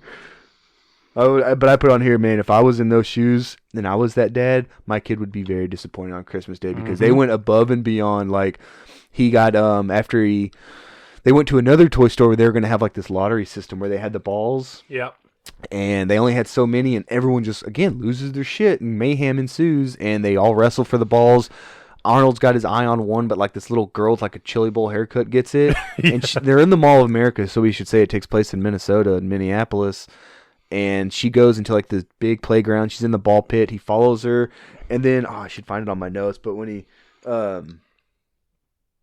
I don't know, but he just looks so creepy because he comes up to that kid and he's like, He's a "Come huge here, hulking little man." kid." Yeah. And I mean, I was like, imagine if you were in that situation, you saw some giant man in the ball pit, like you'd freak out too. So all the moms started attacking him, calling him a pervert, and as he's like leaving in shame, you got James Belushi, was the Santa Claus, and he's like, "Hey buddy, you looking for Turbo Man?" He's like, "Come here." He's like, I got what you need. And he has a little elf, a little person elf helper. And he pulls out a picture, and it's like a picture of him holding a Turbo Man with like the day's newspaper to show it's legit. And they're like, "How do I know it's legit?" And he shows them this picture, and he's like, we wouldn't lie to you about that." Or I don't know. I like that. And I looked in the credits. The turn it took. Vern Troyer was credited in that movie. He wasn't the elf helper. Maybe he was another one walking around. Sure, he may have been an extra. That's what I was thinking. That elf helper though you would recognize him from. He's been in a lot of other stuff. But I like, and I had this line on here because I actually use this line a lot. Well, not a lot, just whenever it applies. But so now they got the Santa and the elf, and they're going to their warehouse, and Arnold's asking all these questions. She's trying to find out the authenticity. And James Belushi with this line that I've always loved and had to write it down. He goes, "What are you, Dan Rather? What is this, 60 Minutes? What are you, the Question King?" So I always say, I would say that to Claire every once in a while when she would be asking all these questions and she never knew what I was talking about. And I was like, it's from the movie Jingle All The Way. Like, I've always loved that line. Just when someone's asking you too many questions, you just berate them with these, like, "What are you, Dan Rather? What are you, the Question King?" So I had to put that on there because when he said that line, I was like, I've been using that line for over 20 years now. They had a legit operation going, though. Oh, yeah. Like, they had a great scheme. Yeah. Like, they knew exactly what they were doing. They were like, that was a criminal enterprise. Yeah. So they finally Arnold finally gets the doll. And it's a Spanish version, and then he takes it out, and it all falls apart. Like, it's not even put together. And then he was gets all sales off. Are final. Of course, all sales are final. Yeah. And he starts going off. He starts, like, hitting... LPs, almost said the M word. He starts hitting these little people with like candy canes, and he just picks up whatever's around him, and he's just like you said, just meleeing them. Yeah, and then he's got the shot where like 4 or 5 of them are lined up, and he's like, and he's like, they're in a circle, and he knocks them out. And did you see how they finally subdued Arnold? Did you notice the stun gun? Move? Yeah, but stun gun straight to the butthole. He walked up, and it was probably the chode. It was like between his balls and his butt, and he just went right between his legs, and I was like, well, yeah, it's gonna knock him out. Like, it's like the one spot you don't want to get tased. I'd rather get it in the fucking temple. That's straight right. to the brain than it was probably right on his butt and then like on one of his nuts. Of course he went down. But then the cops got into it, and that was a cool scene because I liked that scene a lot. In the cops raid, and quick thinking, it was Harold Harold was the name of Arnold's character, so I don't know if should we just call him Arnold or let's call him Arnold. I'm not calling him Harold. Arnold. Quick thinking though, because there's all this random stuff around this factory, and he sees like this fake badge. Yeah. And he immediately pulls up and goes, "This has to be the sloppiest operation I've ever seen in my life." And they're like, "What are you doing?" He's like, "Well, you just ruined 3 years of undercover work." That was my Arnold impersonation right there. It was so good. But and they were like, "Oh shit!" Like, "Oh man, this guy must be our boss." And I was like, "Dude, quick thinking by Harold or Arnold." Just to get out of that. And then when he's leaving, he gets out of that situation, he runs out of gas. Yeah. Doesn't he run out of gas? I'm trying to think what he was driving. Suburban, a sweet Suburban. Oh yeah, that Suburban he's had all the time. Yeah. Yeah. And then they hear like there was this radio contest where you had to name all the reindeer because that was their last chance because they're running out of opportunities this time. Yeah. The clock's ticking. Oh, and we should say it's all leading up to like this Christmas parade, right? Yeah. So he's trying to get this for the parade. So he's driving in his Suburban when he hears about this contest, and you have to name them all and call it in. But I just put when they busted into that radio DJ's booth, and he is looking insane as hell with those wide Arnold eyes, and he's just yelling like Donna did Prancer, yeah. And I'm like, he just looks like a fucking like he'd been up man. on like 3 days on Crank. Crank. Like he's on a bender. But yeah, and then Sinbad comes in, and that was another part where it's like just insane because that's how he gets out of this situation because they're basically holding this DJ hostage, and they're found out like we don't actually have the doll, we have a voucher, and everybody's like, we don't want this voucher. Like, what is that good for? So then the police show up. And another getaway opportunity is where now Sinbad pulls out a random package and claims he has a bomb. Which is, you can't do. Don't do that. Yeah, and these cops are like, whoa. So they just let him go, and they're holding the bomb, which, spoiler, turns out to be a real bomb. And when Sinbad hears the explosion, I love his line. He goes, "This is a sick world we're living in with sick people, man." As the bomb explodes, and it looks like a Looney Tunes bomb because now the guy's holding it. His hair's blown back. His face is black. Covered in soot. Yeah. I was like, "What kind of a Looney Tunes bomb?" That was like a big firecracker. Yeah, but still, it's like. So it's like he just gave a bomb to a police officer and made a getaway. I was like, yeah, that guy would be going to jail now for about 30 years. The anti-terrorism unit would have been... That's domestic terrorism for sure. So what happens after that? And my next note just says Ted the Weasel putting Star on the tree. Because remember, he was goes going back home. He runs out of gas. When they're in the coffee shop and they hear about the radio contest... He comes back from escaping from the cops and his car's on blocks. Yeah. It's all stripped. So he gets it towed home, and that's when he finds old... And Ted's been like a pain in Ted. his side the whole time, you know? Yeah. He's been eating his wife's cookies when she's baking them. And now he's like... Because, dude, I put on there, you don't put a star on another man's tree. It's like you don't mow another man's lawn or yard. So when he saw that, and he didn't get the context because he can't hear his wife coming in. And she's like, what are you doing? That's Arnold's job, or he does it every year, and this has gone too far. But the way he just sees it is they're having this conversation, and he's putting the star up, and he now remembers that Ted told him that he had a turbo. He got one months ago, and it's tucked safely under the tree. Yep. So now he goes over to Ted's house, and he has the toy in his hand. He's really thinking about taking it, but then he has like this moment where he's like, he's like, I'm stealing another kid's toy, and he's gonna do the right thing. And then there's that fucking reindeer of Ted's that's just staring at him and charges him, and they chases him around the house, and I think they knock off like a baby Jesus' head or and it rolls into something. the fire. It rolls into the fire, yeah, and it's starts very the fire. reminiscent of the Christmas Vacation scene with the squirrel. Yeah, where like this dog. wild scene starts a house fire and the carolers are going on, and you just see like this. He kicks the Jesus head out the that's window, how he extinguishes it. And they're standing outside. His wife and Ted are standing outside at his house, and that's how they find out. And I put on here too, like I'm so thankful we don't have people going caroling right now, because that to me would just be so awkward. I would just like. Would you slam the door in their I face? wouldn't open the door. That's so weird. No one come to my house and singing to me. Let's see where we go next. What's his name? Phil Hartman had that line, "You can't bench press your way out of this one." I like that to Arnold. The amount of restraint he had. Oh, yeah, I would have punched him. It would be over in an instant. And yeah, he was... I mean, this guy is openly trying to fuck your wife.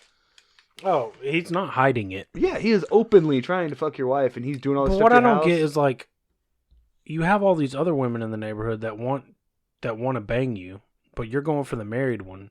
He wants what he can't have. I guess so. Heart wants what the heart wants. I forgot, too. We forgot, with that whole reindeer situation at the house. You remember how it ended? Arnold threw like a right hook and knocked that reindeer out. I just put, holy shit. That was the coolest punch because he's just charging him. And I think he said something like, enough is enough. Like he's just tired, and he just rocks that reindeer with a right hook. And you see the reindeer like a heavyweight going down in slow motion to the ground. Hey, but he made it up. They made up over beers. Yeah, later. right. And then the next scene, he's drinking a beer with him. I was like, dude, he's literally sitting in the doghouse. Sitting in the doghouse drinking a beer. Let's see, and then the parade scene came up, and of course, I just sound like a hater because I also hate parades. I wrote that on here. I hate parades. I've always hated parades. Even as a kid, I hated parades. You are a Grinch. I am. It's not just for Christmas. I hate parades.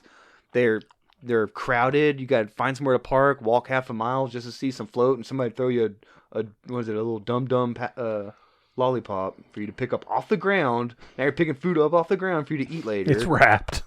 Come on, man. No. I've always hated Christmas. And then you all got to leave together, and it's like leaving all this traffic. I've always hated parades, dude. Ever since I was a kid, I was like, these are stupid. Next line, Ted needs to get knocked out. Creeping on his wife again. You're talking about the scene in the van where he's like making his move? Oh, yeah, he was definitely, dude. He was laying on hard there, and she had to physically assault him, like, hashtag me too. Yeah. Like he had her pinned. Yeah. Oh, and then so they're at the parade now. They're gonna do the float. And did you see who was Booster the dog? I didn't get his real name, but he has one iconic role. It's Booger from Revenge of the Nerds. Mm-hmm. I don't know the guy's name, but I've seen him in tons of stuff. Yeah, and as soon as you see him, you're like, oh, that's Booger. Like, I feel like he got typecast, but he obviously still made a career out of it. But yeah, he's not a handsome guy. He's kind of got that Bobcat Goldthwait like he really voice, is. you know. And the that image, gravelly. he actually kind of looks like him. I bet he does a lot of good voice work because he does have a very distinctive voice, like you said. So he's probably made a ton of money doing voice work. So good for him. But yeah, Booger from Revenge of the Nerds, and then Arnold he gets like backdoored into this parade where now he's gonna be Turbo Man, and they're like, okay, you read all these manuals, right? You know how to use the rocket suit, and he's like, rocket suit, what? And they're like, yeah, few minor adjustments, like blah blah blah blah blah, and look for this guy. He's gonna come down and fight you. So he's on the float, and he just. As soon as he gets into it, he is living his best life. Like, he's just like Miss America on that float. He's got the wave. He's got the wave down. He's like flexing on everybody. And then there's supposed to be I don't know the bad guy's name, but it's supposed to be like the stage, like a, but of course Sinbad, who now is the villain of the movie, like gets on this rooftop, knocks him out, and now he's going to be the one zip line down. And, they have one doll. So Arnold's character, who's now Turbo Man, has to pick a kid out from the crowd, and he's like, Jamie, Jew, come here. And I love the fact that even up until the very end, Jamie and the wife had no idea that was their husband and father. I'm like, that's Arnold Schwarzenegger. He's fucking huge Austrian with gappy teeth. Like, how do you not know that's your dad? Because all he had on was like, he has a suit on, but you can still see from like his nose down, and then right here he had a visor on, so it's like a yellowish visor. But you can, like, if I saw just like 60% of my dad's face, I'd go, oh, that's Billy, that's my dad. You would automatically know, but we're getting ahead because at that reveal at the very end where they're like, what? Arnold, that's you? Of course that's you. How the hell did you not know that was him? But so he picks Jamie out of the crowd and he gives him the doll, but then Sinbad's character, like, comes down on a zip line and he's ready to, like, straight fight this kid for this doll, He goes way too far. Like, he chases him up like some scaffolding on top of a roof. Oh, he was about to kill him. Yeah, like, he was about to kill the kid. They were dangling off a building, like off the scaffold, like you said, to where one little move and they're dead. Yeah. But luckily we have Turbo Man in his jetpack. He finally figures it out. Like, he learns to... After running into the face of a building, probably going 100 miles an hour, it would have killed him. Should have instantly it would have killed him.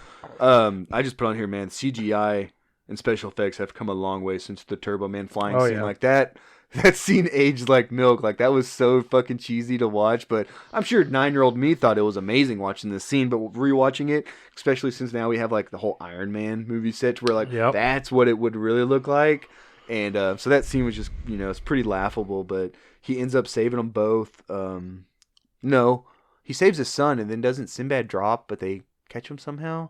I don't know, but Jamie, the kid character, actually like ends up giving the toy away because he's like, I don't need this Turbo Man doll. My dad's the real Turbo Man, Well, and he hears Sinbad being carried away, and he's like, no, my son needs this. My son needs this. Blah blah blah. And he's not a bad guy. He was just like driven to it, like Ted Kaczynski.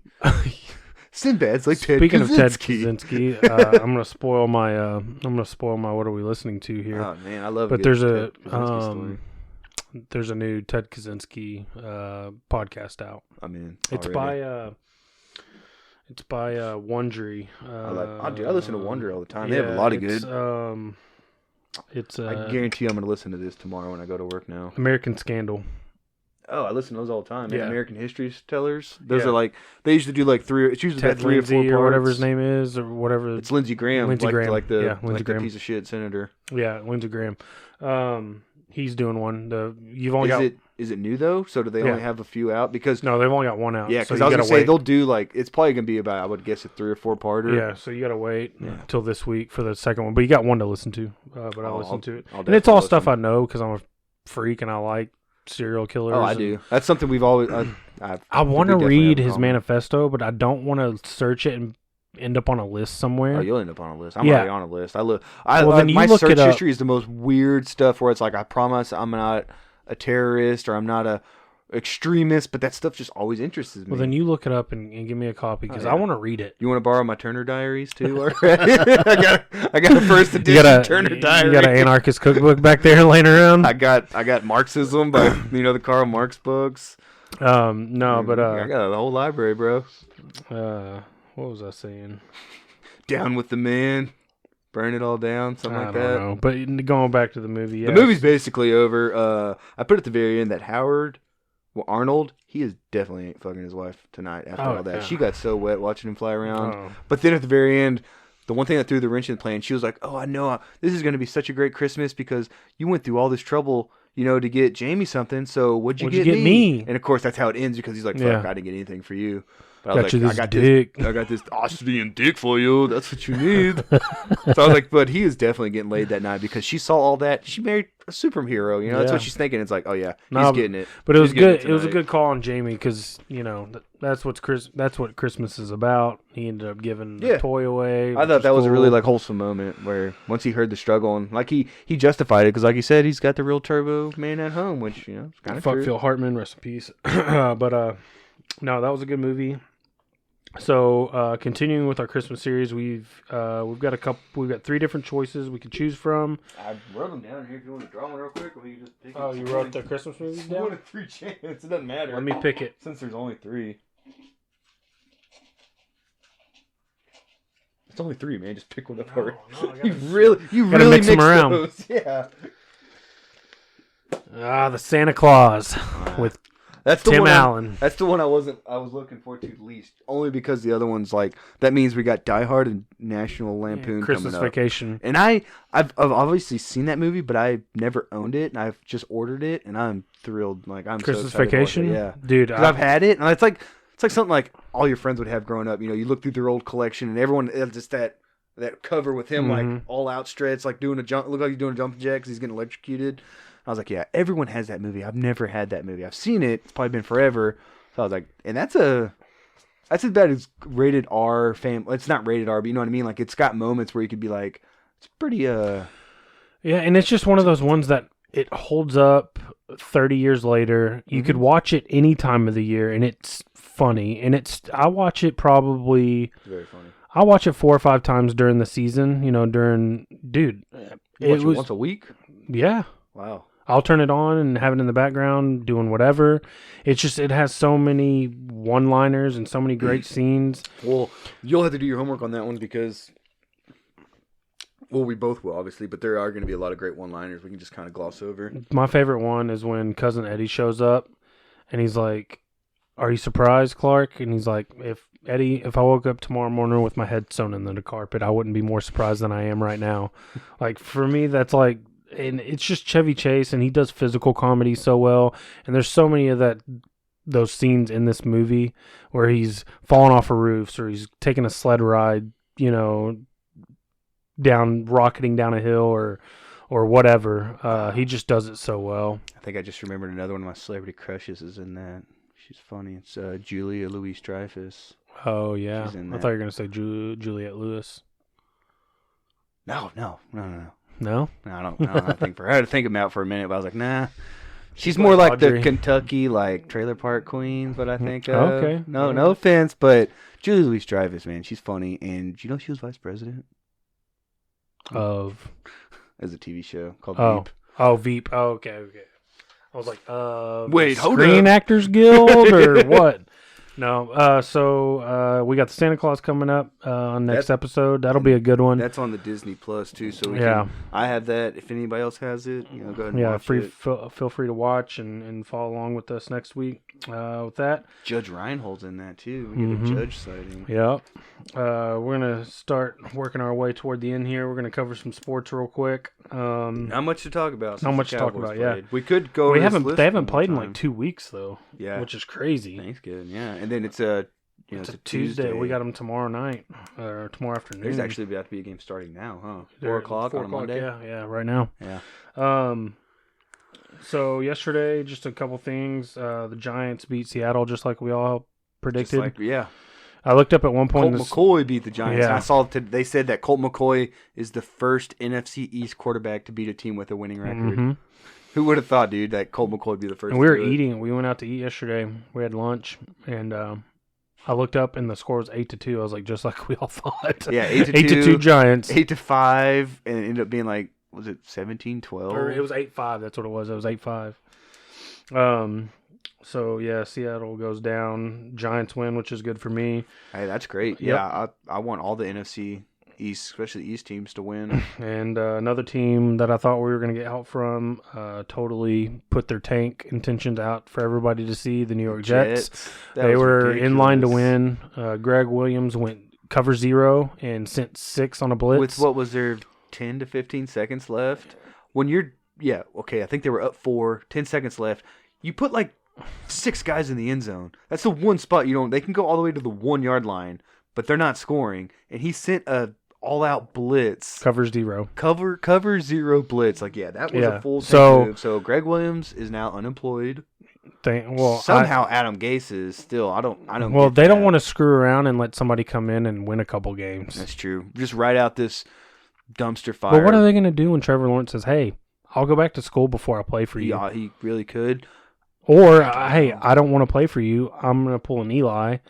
I don't know. I think the Jets are going to have to obviously reload their coaching staff. If they could talk to him, I don't know if that would be what's it called? Not meddling, but tampering. Because it's like, okay, everyone knows we're going to take Trevor Lawrence number 1. I doubt Dabo's going to leave Clemson, but it's like, who's this fringe or past coach that you might like? Because they would work with them, be like, we're going to get rid of Gase. Greg Williams already gone. We can rebuild around you because when you get, that's a franchise-changing quarterback. You would hope, but they said he's the best prospect since Luck. And Andrew Luck only had to retire because of health reasons. I mean, I know he never achieved what people thought he would, but 3 years ago, if I told you could have a healthy Andrew Luck on your team, wouldn't you have taken him? Yeah. I'm just not sure who the prospect is. I think the Jets are such a poorly ran organization. Well, and there's nothing there. I don't care. They're not as bad as, when you look at recently as that we are, they were in 2 AFC Championships games like 10 years ago. You're talking about 10 years ago. I'm talking about now. So if they're a terrible run organization, then what are we for not being one of their 25 We're a terrible years? run organization. Okay, but if he had the opportunity to go to the Cowboys, would he still go to the Cowboys? Yeah, but I think we have more to offer around him as far That's as true. weapons. We have a talent, yeah. They don't have talent. And they traded Jamal Adams. They don't have talent. Don't have much at all. That's why. But they should have. Well, but you got to start somewhere, man. That's what I would tell them. It's like you're going to be our corner piece. We're gonna, and in round 2, we'll take an offensive lineman or we'll take a receiver. Your pick. You got Denzel Mims out of Baylor. He's a rookie.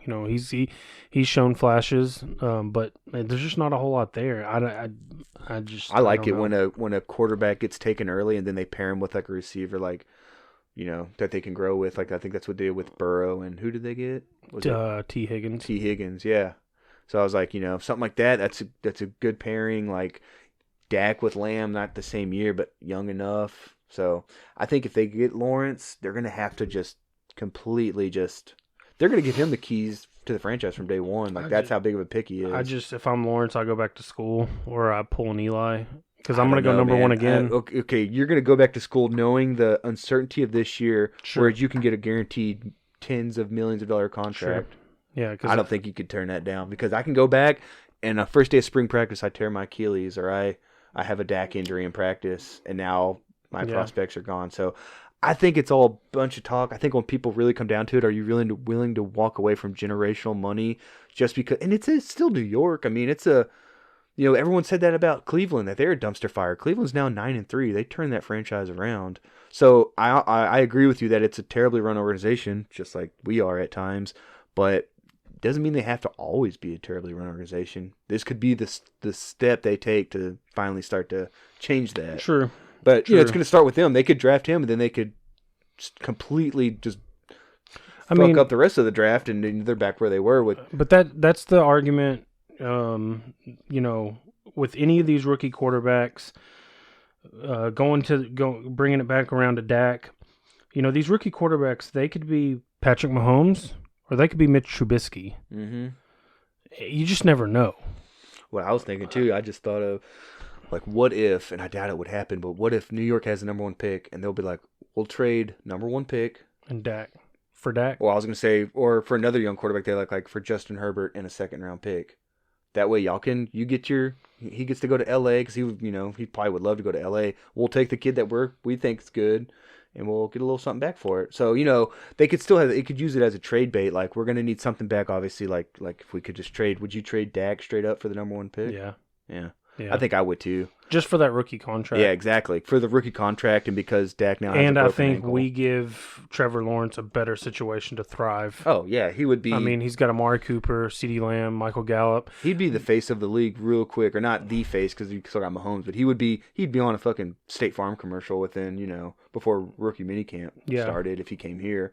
Because we have that pool, we have that show, and even though that's New York, he might still get it there because it's New York. But I would even trade let's say we're picking fourth, and a Dak for that number one. Oof, I would maybe do a next year's number one.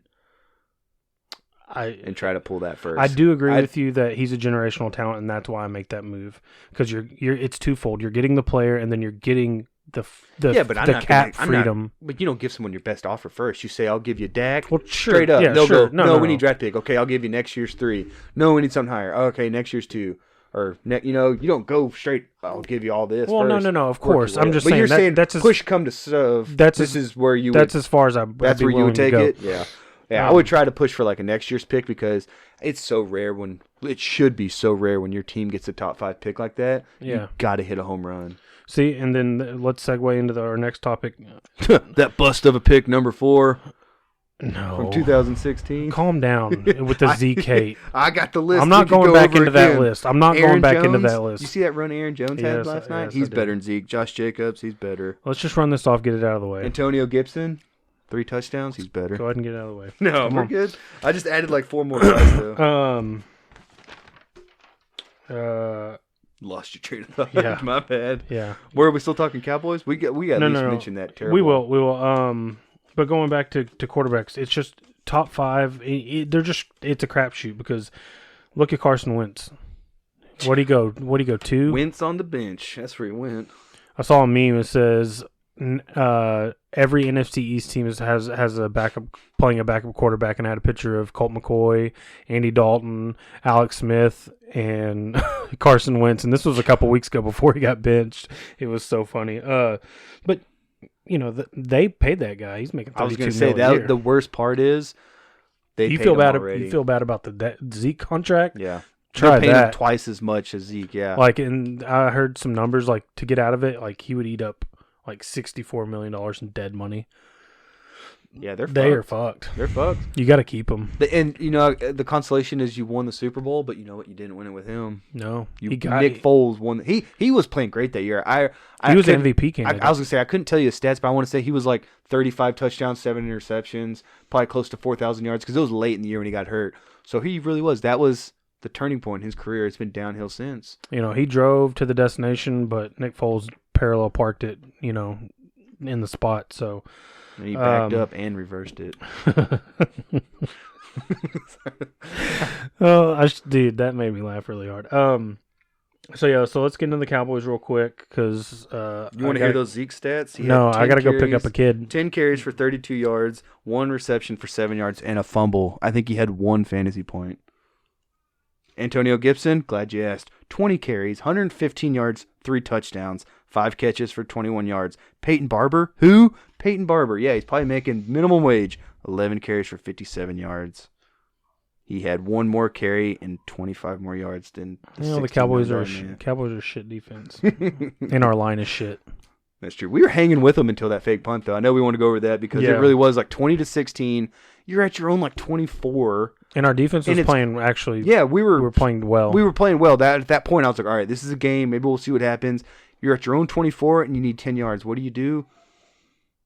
You do an end around with a pass option. A deep end around. Yeah, to where it ended up being an 8-yard loss. And it's okay, so now they're clearly in the red zone, damn near to the goal line. And that was it. Antonio Gibson just scored the next play. I think it was next possession when we had the ball. It was I think it was a sack. Strip sack or something where they ended up scoring off of that. The defense scored off of that. I don't remember the score. Before you knew it, it was 30-something to 16, and it was over. Yeah, that was the turning point in the game. Was that, and then there's I don't know how you can explain that. McCarthy justified it. He said, "Yeah, they saw something in the yeah." Fuck that. That's stupidity. That's the fall. That's the answer you give when you don't have a good answer. I don't know if Jim Fossil made that call and went over his head. No, because I've heard he did that. I heard he did that in L.A. though, because McVay was that's you don't do that shit. It goes through me. So that's what I thought. Maybe he just saw. Maybe he saw something. Because as a head coach, it's your job to realize, like, hold up. Hold Like, up. best case scenario, we pick this up. All right, great. Now we're at the 35 and we're still going. Worst case scenario, we give them the ball back in their own red zone, and this is going to be a 2-possession game like that.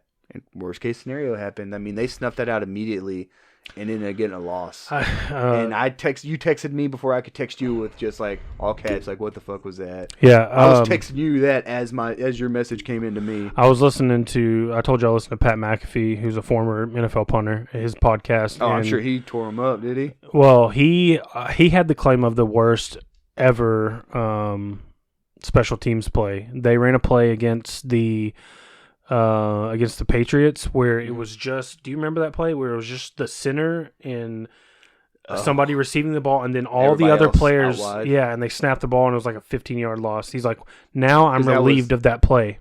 Oh, damn! Because of the Cowboys. This play was a diversion. Yeah, and he was saying he thought maybe somebody on their panel or like one of the producers like, well, do you think Fossil went over McCarthy's head? And he's like, never. He's like, especially a guy like McCarthy, he would never make that call without McCarthy okaying it. He's like, that is 110% on McCarthy. And then he's like, the fact that he went out and defended it is even more disgusting. And we had another fourth down call when you talk about where it was 4th and 1, right? You need 1 yard. And what do? You run like a go route to CD Lamb. It's like, can we not put in Zeke Elliott to get 1 yard and let his fat ass fall forward? His little, just push forward for 1 yard. And I don't know. And I heard Kavanaugh break this down, and I want to give him credit. And he was like, I don't have a problem with the play call. Or I don't have a problem with the play. It's the play call. He's like, at that point, why not run a slant to the outside? Because everyone's expecting that run. So it was a creative call to go for the pass because everyone's going to settle on the run. But he's like, you need to either. And they had a single coverage, and I don't think there was a safety deep. So he was like, Dalton should have recognized that, and he either runs a straight go route or he could have ran a slant in the middle of the field and just caught and ran it. And it's like, I agree. Like you can go for it. I like to go for it, but not in my own into the field and not a freaking end around when you need 10. To me, there's a rule, like especially if the game's tight, like you have that gray area between the 40s. So anything further, like on inside their 40, yeah, obviously you're gonna kick a field goal or go for it, no brainer. Yeah. But there's that area in the field in between the 40s where that's when you start to discuss fourth downs. Yeah, if you're inside your own 40, no, you don't do it. And especially when your defense was actually playing decent. Yeah, and when it's a close divisional game and it's on Thanksgiving and the world's watching, because I'm sure Jerry was like, "There's millions of people watching, and we just look like fucking idiots running that play." Yeah, like and reviewing this, I like how the breakdown of this game is like 80% about this one play. But that really was the turning point because that's when the floodgates opened right after that. Yep. And it was no longer a game. We never scored again. No. They ended up they put up 3 more touchdowns because it was 41-16. We didn't score again. That was it. That depleted us. Game over, man. So let's put that to bed, that turd of a game. Next week or tomorrow. Lamar's going to be back. So 7 o'clock. We've got. So they'll win. The Ravens, Lamar Jackson, he's cleared to play, coming off the COVID list. My hope for this game is a loss. I hope Dez scores 3 touchdowns. He throws up the X 3 times. And I would love to see a Dez touchdown. I have nothing but respect and love for Dez Bryant. Yeah, for sure. I follow him on Twitter. If you kind of knew... if you know kind of his story and where he came from, he had a hard life, dude, and his maturity level, his first couple years in the league, and you see him now, he's just matured so much. I root for him not only as a player, but I root for him as a person. Yeah, he's got his priorities straight. He's got his life straight. He had some bad luck here at the end of his career, and then obviously went to the Saints and tore his Achilles on his first practice. I root for the guy, so I really hope he comes in and tears it up because now they run a lot of two tight end sets, but if they're in 3 wide, he's in the 3 wide set a lot. So I hope he gets in. I hope he takes advantage of our weak ass corners and he just beats the shit out of them up and down the field. I hope it's like a back shoulder fade in the end zone, just like we saw typical for years. Yeah, just like the same play we saw for years. Manhandles. Yeah, and he just high points it and goes and gets it. I would be so happy to see that. Me too. I'm rooting for Dez, not the Cowboys. I'm not rooting for the Ravens. I'm rooting for Dez. I love Dez Bryant. So you got a prediction, and then we'll get out of here. I mean, we'll lose. We'll go down 31-10. Okay. We're gonna lose. I know that. It's hard to pick a number. Sometimes we put up points against Minnesota, but then we came back and didn't do shit against Washington, so I can't say we're gonna get more than 2 touchdowns. So I'm going 34-17. Okay. So Ravens. We don't cover the spread. I think the spread was like 8.5. So yeah, we'll just say that we don't cover. And then with that, let's get into what are we watching and what are we listening to. I already said I'm listening to that new American Scandal podcast covering Ted Kaczynski. Yeah, and that's the name of it. So it would just be American Scandal. American and then they have Scandal. all these stories. They've got different seasons, like 20 seasons, covering different topics. Like 3 or 4 American parts per topic. Covering American scandals. But it's, it's a lot of stuff I've already heard because Netflix had a pretty good movie about him. It was like a 6-part little movie about Kaczynski, and I've listened to other podcasts covering him. And then I'm on the last season of Married at First Sight. How many seasons are there? 11. You're on the 11th season. Yeah. This is why we haven't recorded in 2 weeks, because Matt's been watching. Hey man, Married at dude, First Sight. the finale's on tonight. Can we? What's tomorrow looking like for? No, Dish has them on demand, so I can just lay in bed and watch them. So you can lay in bed and just eat bonbons. Yeah, I picture you like in a robe, towel around my hair up in a towel. Exactly how I pictured it, dude. It's drama. Like I used to not be like this, but it's like if it's other drama. drama. Yeah, it's drama, man. Yeah. And it's like it's in New Orleans this season, and they've got this. Like, usually it's kind of beautiful people and like like normal people, but then they went with some quirky couple, like Swamp, Louisiana. No, like mega hipster, weird. I don't want to say weird because that sounds bad. Just different. I mean, they're quirky people. Yeah. Like one chick, she doesn't shave her armpits. That's weird. She graduated med school, and this dude, he's like a musician and a writer and a this and a that and a barista, and he built his own tiny house, cool. And he walks across the street to use the bathroom and to eat. I don't know, it's weird. And then the other 4 couples are, kind of they're more I don't want to say normal, but they're more to what you'd expect on a reality TV show. Yeah. But it's drama. I don't know. And I'll be caught up, and then I'll have to find a new obsession. But what about you? Well, like I said, we got HBO Go or HBO Max or whatever this weekend. So I was looking, and they had a list of movies that are going to be gone soon. So I wanted to watch one of those. And what I picked was called American Animals.